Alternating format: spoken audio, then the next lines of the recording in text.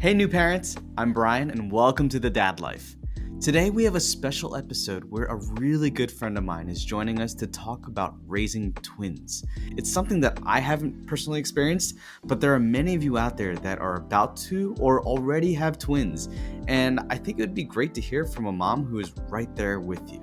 You ready? Good to go. Yeah. Okay, let's do it. Okay. All right, Tiffany, I am so glad that you were able to carve out some time out of your incredibly busy schedule to join us today. And on top of being a mom of 3 young kids, you're also a renowned medical doctor specializing in pediatric hematology and oncology. I'd love to hear kind of a little bit about that. Maybe if you want to share a little bit about your background, family, work, stuff like that, just to kind of let everyone get to know you a little bit, that'd be amazing. Yeah. Um, I am Tiffany, and I have 3 little ones, one that's 3.5, and twins that were born 8 weeks early and had a long NICU stay. So I have lots to share. Being a medical professional, I'm happy to chat more about what it's like to have your own kid experience medical care. And that's something very common for twin moms. I Yeah. Nutrition. So all this stuff is also kind of familiar to me. I was a pediatrician for 3 years before specializing. So I kind of have both hats on. Happy to try to um, answer any questions or give you any advice that might be helpful. Oh my gosh, that'd be amazing. Yeah. Yeah. So your oldest is now 3.5 or Half. almost Yeah. 4? Okay. Yeah. So All she was right. born, the babies were born when she was 2.5, basically. Okay. Just turned 2.5. All right. Cool. All right. We still need to get all of our kids to meet together because Yeah, for that would be sure. awesome. Yeah. But we're on different sides of the United States, so That's right. Yeah. we'll make it happen. All right. Um, well, since you have such a unique set of experiences and a background that I think we could all really learn from, I we have so many questions that we could go through. But I think, just what we wanted to focus on in this episode is really just around, how to get prepared for having twins or even multiple Yeah. children at the same time. And it's different from just having a single child, as Yes. you can, right? And so, like, um, what was the pregnancy process like for you? And how is it different between having one kid versus 2 kids, other than the fact that you're larger potentially? Yeah, yeah, for sure. That was definitely a difference. Actually, I got lucky. I'm a very glass half full kind of person, and so the glass half full thought about having the babies early was that I didn't have to carry 2 babies to term, which would have been very huge. Okay. But yeah, I had a singleton first, and that's what twin moms call single pregnancies. Singleton first, and then a twin Okay. pregnancy. Everyone has a good "How did you find out it was twins?" story. So feel free to ask your fellow twin moms. It's kind of a way to connect. Okay. And in general, you should just expect that your pregnancy is going to be much more closely managed and perhaps closely monitored. Um, there are differences in the types of twins. So there are twins that have 2 sacs and 2 placentas. Those tend to be fraternal, but they can be identical. And that's kind of the safest of the kinds of twins with the least amount of complications. My twins had 1 placenta, so they shared the feeding vessels and 2 separate sacs that they stayed in, so they weren't able to touch each other per se. And then one of the more prone to complication way is mono mono, which is single placenta and single sac. So you'll have to make sure you understand what you have, and what you have dictates the level of surveillance that you'll need with your OBGYN. It's very normal for twin or even triplet or quadruple pregnancies to see what we call an advanced maternal family practice OBGYN. I see. So it wasn't a standard OBGYN that you would go to Yeah. typically. I Yeah, see. Okay. when I got past 20 weeks, I started to see the MFM pretty frequently, Okay. about every other week. And when you say closely monitored, how often was that? And like, what did that look like?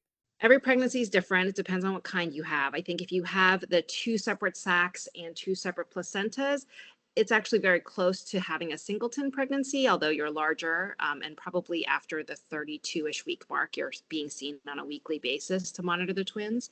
My situation was a little bit more complicated, and then there's the a 1 sac option. I pretty much started getting seen every other week at the 20-week mark.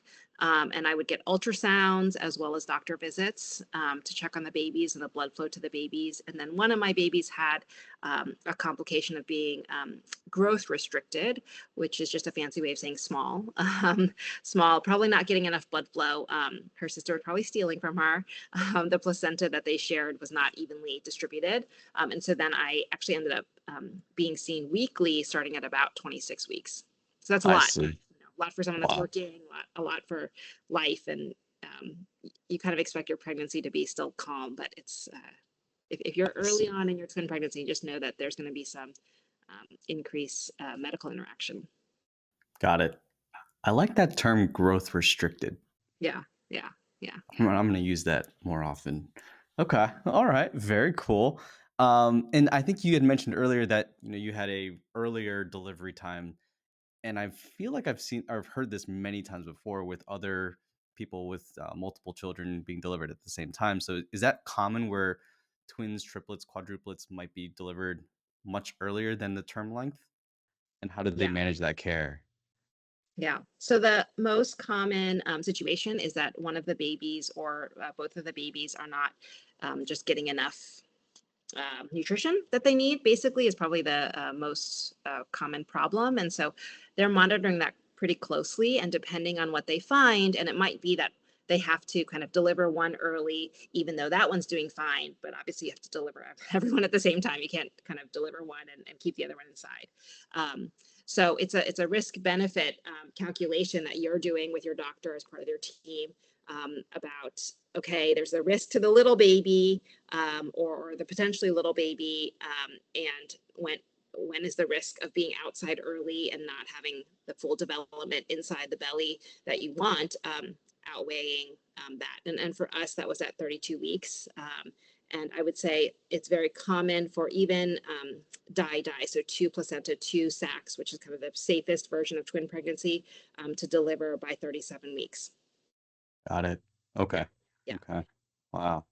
And so then both of your children were in the NICU, or was there a separate ward for your children? Exactly. So anyone born before 34 weeks, wherever you are in the country, or really internationally even, will definitely go to the NICU. And so be prepared for that. You can ask to talk to a neonatologist just so you can have an idea of what to expect. But before 34 weeks, you can't really reliably feed on your own. You just get too tired, and occasionally have trouble breathing on your own without extra oxygen support. So that's what happened with our babies, and that was expected. And so they were born at 32 weeks, so a little bit even before the 34-week mark. So the the the thing that people mostly will tell you is that when your babies are born, and they're born early, expect that they'll stay in the neonatal intensive care unit until your due date, which was pretty accurate in our case. So for our baby that was not small, she got let go home about what would have been 38-ish weeks, so 6 weeks after being admitted. Okay. And for our little baby that had a little bit more trouble with feeding, she ended up staying for close to 3 months. Wow. So Okay. about a month after her due date, yeah. Yeah. Yeah. Okay. And how are they both doing now, if I can They're doing ask? great. Yeah, Okay. yeah, that's a great question. Yeah, prematurity is a common complication in the United States. There's great care for them, and so while it will feel like your kid has a bunch of tubes and lines on them, it's pretty standard what happens in order to keep your baby safe and doing what it needs to do. And the NICU nurses are amazing at telling you, like, okay, we're trying to simulate what's in the womb. Expect a really quiet, calm environment for your baby for those first couple weeks when they're in the NICU. Got it. Okay. Now, what was it like for you as a mom going Yeah, through this experience? yeah. So the NICU is a whole different beast. I think if you are a twin parent, you should talk to other parents that have had experiences in the NICU. Your baby is at the hospital 24 hours a day, 7 days a week. And for me, especially because I had another kid, I couldn't be there with the baby, which feels weird. Um, I think we had to wrap our heads around it. Unfortunately, we knew that the babies were going to be there. So we had time to prepare mentally that we would be leaving our babies in the hands of these nurses for, hours overnight. Basically, every overnight I came home. Again, my glass half full, thought was I got the rest I needed after the C-section that I had. It's very common for patients that have twin pregnancies to need a C-section just because both have to be perfectly kind of aligned to do a regular delivery. So the C-section is really common. So I got to recover fully from my C-section. I got to sleep. I got to pump for my babies and kind of do so and recover what I thought was relatively well because I was home and I trusted the NICU nurses. But it's hard. It's mentally hard to do that, to leave your children in the hands of someone else. I had to be home for my other kid, but I can imagine if you had only twins, potentially you'd want to stay there longer. But for your own mental health, I encourage you to spend some time outside of the hospital while you can, because you are going to need it Oh for later man. on when the babies leave. Yeah, yeah. And then how about your husband at the same time? Like, were you trading off going home at different times, getting sleep? Like, how did that work? Yeah. I was I was on maternity leave, obviously, after a little before the birth because of needing to be a little bit on bed rest, and then after the birth, of course. And so initially he took off for a little bit, and then we kind of realized that the hands of the nurses is the best place for these babies to be. And honestly, when they're so young, they actually don't even want you to potentially touch them or interact with them much because they are trying to recreate the womb. So very quickly, my husband went back to work so that he could save his leave for when they did go home. And that's different for every family, of course, but I think that's reasonable. And actually, the social worker in the NICU said that encouraged that. It did mean that my husband ended up spending a lot of time on the weekends with the twins and not so much during the weeks, or he would come at night with our older kid just so that she could meet them and know that they existed, because for her it was like nothing happened. I went to the hospital and I was pregnant, and then I Yeah. didn't come home with the babies. So that's all these things to kind of mentally prepare yourself and your child for if you have a singleton first. I see. Yeah. And how did she kind of react once, she found out that she had two little sisters and, Yeah. what was her reaction like? I think everyone's different. I mean, we've all heard horror stories about older siblings saying, send the kid back. She didn't have that reaction. I think it was also because she had very limited interaction with them in the NICU. They didn't want the babies to get sick, and so she's in daycare, and that's just how our childcare situation is. And so she kind of always had a little bit of a runny nose, and so she didn't get the full brunt of it until they both came home, and it actually helped that one came home before the other because I got to kind of adjust her to one at a time. And Mm, Yeah, I just got to spend a little bit more time with her during the transition. got it. And were there any um, were there any things that you were doing to help her prepare for this situation, Yeah, even like way before? yeah, I know we were doing some things with our oldest before our second one came, but obviously it's different. But what can you yeah. share? I think it's very similar. I would imagine your pediatrician probably advised you about giving the child something to do when you're feeding or when you're busy with the babies.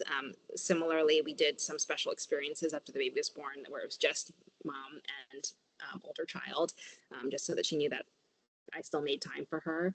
In the preparation phase, we did get her two dolls. I know it's very common for people to give their kid a doll so they can practice having their own baby and changing their own diaper, perhaps when you're doing it for the babies. And so we did that. But I don't think it's very different than having a single baby. I mean, the kid themselves doesn't know any different. They assume that you have two babies. Yep. Once you have one baby, the next is two. We're not going for three. Got it. Got it. Yeah. Wow. Okay. Okay. That's helpful. I remember Yeah, getting a gift for our older one, and he yeah. appreciated it. And The child life therapist at the neonatal intensive care unit did give us a gift from the babies to our oldest when they oh, were discharged. Yeah, so that's that was awesome. That was yeah, really kind of them. Okay. yeah, Wow. So kind of switching topics just a little bit, but like I've heard some parents find creative or fun ways in the early days try to identify which child is which because sometimes it might be a little bit hard if they are identical. yeah, And so I don't know, did you have to go through that or do you have any tips for parents that have yeah, to do this and it's kind of awkward? You're like, I should know who which kid is which, but sometimes it yeah. might be a little bit challenging. Speaking of dad life, this was my husband's worst fear. As the minute he found out he was twins, he thought, how are we going to tell them apart? They're going to have an identity Yes. crisis later in life. We're going to mix them up. So we read about all those things. They include making sure you take pictures with one baby always on one side, which is honestly not feasible, but sure, that was a great piece of advice. Okay. Keeping one child in a certain color and the other child in another color. Again, we were using hand me downs and didn't want to buy a whole set of clothes, so that was also not feasible. A lot of people told us about painting a toenail. Oh. Painting a toenail on one of the kids, or doing like different color earrings if earrings are part of your baby's kind of life. We didn't do any of that. For us, it was very obvious because one was much smaller, and so it made it a lot easier. And now, of course, 14 months later, I'm very confident in which baby is which baby. Um, but it was a very strong fear of my husband's, and so it's worth it to acknowledge that fear and kind of process it and talk through it so that you're ready. But yeah, or bracelets are the other one that people say. I think you can certainly think about that, but we always would joke that unfortunately they're identical, so we can't check their DNA. It's true. Okay. Yep. Well, I'm glad that I am not the only one thinking about those things, but Yeah. if we Yeah. had twins, that would be my one of my fears too. Yeah. Yeah. So, okay. Okay. Um, Now on this channel, we typically like to give some recommendations on some products or things that you might find helpful as you're taking care of a baby, and uh, not singleton specific necessarily, but if there's anything for doubles or triplets or anything like that that have helped you, would Yeah. love to hear about anything you want to share. Yeah, I'm going to say the number one piece of advice that you're going to hear on any twin related channel. It will be the advice is to do everything at the same time for both babies, or however many babies you have. So feed them at the same time, try to put them in the nap at the same time, which is not the case. You wouldn't wake up a baby, another newborn, but that's the number one piece of advice I received. I think that's a good goal because it does Okay. mean you're not continuously doing something, right? Because if you put one down and you don't put the other one down at the same time, then you're feeding the other one and you never get a break. So I Yeah. understand the goal. Um, my personal advice is feel free to try for it, and if it works, that's great, and if it doesn't work, don't beat yourself up, because a lot of twin parents aren't able to do that, but I think it's worth it to try. Got it. So that being said, the only products that I felt like I really needed, beyond what I had from my singleton, were ways to be able to feed both of them at the same time, um, Mm, or put them down at the same time, I guess. okay. Uh, Way more, especially if you have a singleton and then twins, you are outnumbered, right? So before, I used to just hold my oldest, probably a little too much, more than my Okay. pediatrician would have wanted me to. But that's how we got through that first year for our newborn at that time. Now you can't. It's physically impossible. I remember reading somewhere that someone was asking a question: how do you hold both of them at the same time? How do you pick up with them at the same time? And they mentioned that the person who answered mentioned that they stacked them. They put the baby here and then they put the other baby inside. But it's logistically very difficult to hold both at the same time. So a Yeah. landing pad for both of them is really important.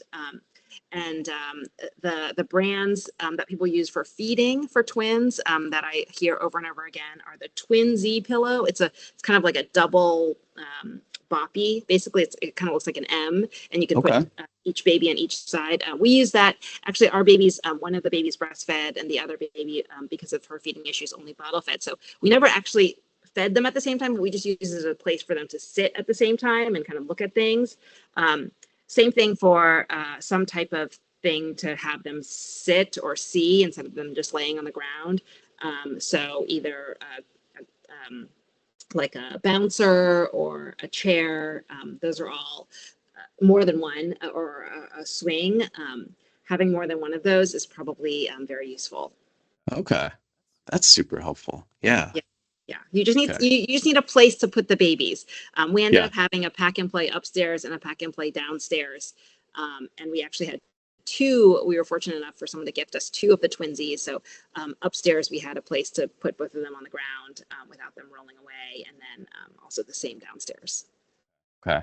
Now I'm assuming you'd also recommend two cribs and not a single crib to put both babies in. Is that true or is that not true? Yeah, there's been some mixed recommendations, Okay. but I think the current recommendation about safe sleep is that they are in their own cribs. There are bassinets that go next to your bed with a divider in between that a lot of people like to use. The Halo makes one like that. Um, and I did not use that because we actually just ended up with one bassinet on one side of the bed and one bassinet on the other side of the bed at our house. But that that certainly is an important thing to have a place for both babies to sleep safely. Got it. Now, for kids that are this small, like at the infant stage, if they are in a crib, have you ever seen like dividers that you can put into an existing crib to kind of split it into two because a crib might be very Yeah, large? Is that acceptable? I don't know. I don't I even know if that haven't. exists. It's probably reasonably acceptable as long as they don't get caught in that divider. But Got I've it. never seen that. So Okay. I think the people that choose to co-sleep their babies, so have them sleep together, they tend to like it because the babies do interact. And so kind of defeats the purpose of having a divider. So I think every baby's different. Some babies will wake the other one up and some babies will sleep through whatever happens with the other one. So Got you it. gotta see if you get lucky with your twins.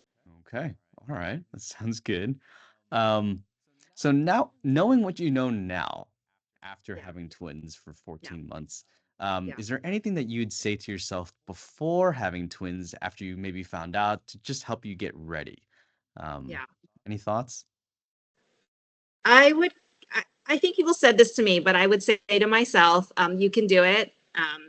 You are given what you need, and your babies will tolerate what you can give. But it's a lot. The first year, many people describe as kind of surviving, and I think that's a very accurate way to say it. And that's not a bad thing. It doesn't mean that your kids are any less loved or anything like that. Just hang in there. You Yeah, can get through it. definitely. Get Okay. help. Yeah, Yes, yes, yeah, absolutely. yeah, Um, and then I also know that your husband's not here right now, and hopefully maybe he'll yep, be here as a future guest. We'll see. yeah, yeah. But do you have any other tips for dads on this channel that are about to have twins, or maybe they already have twins from a mom's perspective, what you might, you know, give to a Yeah. dad? Um, I mentioned this about my older child, but I did a lot of holding for her and I did a lot of her care, to be honest, mostly because I was home on maternity leave for a little bit longer than my husband. But when it came to twins, even before the babies were born, we just knew that his quality of sleep and his ability to be he's a very hands-on dad, but be less hands-on than I was going to go away. We would just need all hands on deck. Even getting out of the house, we need two adults. It's to this day, it's still difficult for one person to take all three kids, just because Mm, you can't wrangle all of them at once. So I think if you're a dad watching this, honestly, that means you're already trying to figure out what to do. It's just great. That means your attitude is in the right place. And I think, yeah, you just got to know that there will be a lot more to it than probably when your partner had just a single child, because one person can't do it all. yep, Yeah, absolutely. All yeah. right, great. Do you have any final tips for, new or expecting parents of multiple kids? I think it has been very helpful to me to talk to people that have multiples, because they can give me the perspective of what it's like 10 years from now, 15 years from now, going off to college. That time does pass quickly, but I just needed someone who actually knew what it was like to tell me that. Got it. There's a kind of running joke amongst twin families that people that say that they have Irish twins, which are twins that are born like 9 months apart, are very similar, and it's not the same. It's two at the same time is very different, even if your kids are very close in age. So find another set of twin parents, either that's going along the same path as you, or that's a few steps ahead of you. It Got was it. very helpful for my mental health and for making sure that I remembered that I could do it. Yeah. Are there any like online communities that you would recommend for people that may not have people locally that are going through this together? There's plenty of Facebook groups, Okay. local ones and others. And finding a local twin group is potentially possible as well. I didn't. I felt like it would be one more thing that I would have to do, so I didn't participate. But I'm Yep. sure there are many that you could avail yourself of. Sounds great. Okay. Well, thank you so much for spending some time with us today. This has been awesome, and I hope everyone that's, watching this is will find this helpful. So, thank you again for your time. All right. I hope you enjoyed that conversation with Dr. Tiffany. And for those of you with twins or are about to have twins, I'd love to hear any thoughts or questions you have for Dr. Tiffany in the comments below. And if you found this useful, go ahead and subscribe for more practical parenting tips and baby gear reviews. And I'll see you next time on The Dad Life.